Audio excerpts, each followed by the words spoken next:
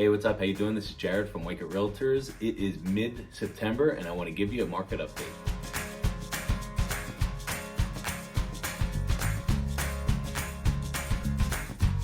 Okay, so this past week or so, we're seeing an increase in buyer traffic. So after Labor Day, we see an increase of more buyers making appointments, and we still have a little bit of an inventory problem. Levels are still low, and buyer demand is still relatively high, even with the interest rates increasing. Now the market is at a turning point, right? It is not quite the frenzy we've seen over the last several years, which creates some opportunities for home buyers. And believe it or not, it creates opportunities for home sellers that are looking to buy. One thing to keep in mind is homes are sitting on the market a little longer, and you're seeing homes getting reductions in price. So all of Nassau and Suffolk County, about 34% of the inventory has seen recent price reductions. If we look more locally to where our office is, Farmingdale, Massapequa, Amityville, Bethpage, about 31% of all that available inventory did have price reductions recently.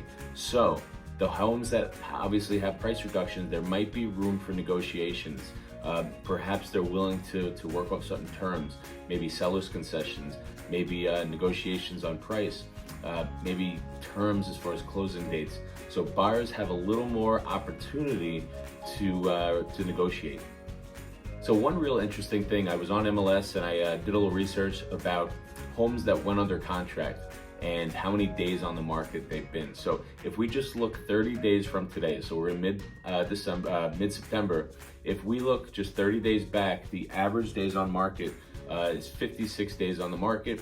The average sales price or listing price was $657,000. Let's look 2 months ago, right? So we just looked at a 30-day look back. If we look at 60 days look back, the average days on market was 48, so less than the 56 over the last 30 days. If we go 3 months back, we're looking at average days on market is 34 days on the market. So over the last 3 months, homes have been sitting on the market longer, 34, almost 20 more days. And that means homes are sitting on the market a little longer. Potentially they're overpriced, which again leaves opportunities for potential home buyers. Now keep in mind, homes that we're seeing on a micro level, if we're looking at each home and what went under contract, homes that are priced right and in pristine or good condition, they're still selling and there's still multiple offer situations. So if you are thinking of selling, you might want to consider doing small improvements. Maybe invite a stranger over, take a look, and kind of comment on anything that they think should be taken care of. Invite an agent like myself in to get recommendations on what might be beneficial to invest in.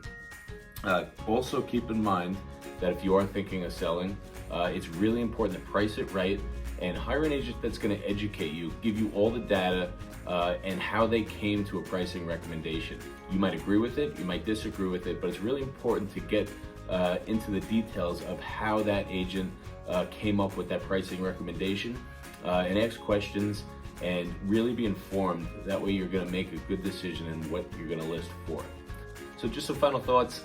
What we're seeing in our local market is things normalizing a little bit, coming to pre-pandemic levels where we have a healthy seller's market, but there is still room for buyers to find opportunities. And now more than ever, it's important to do your research and work with a professional that is going to give you the information so you can make good informed decisions.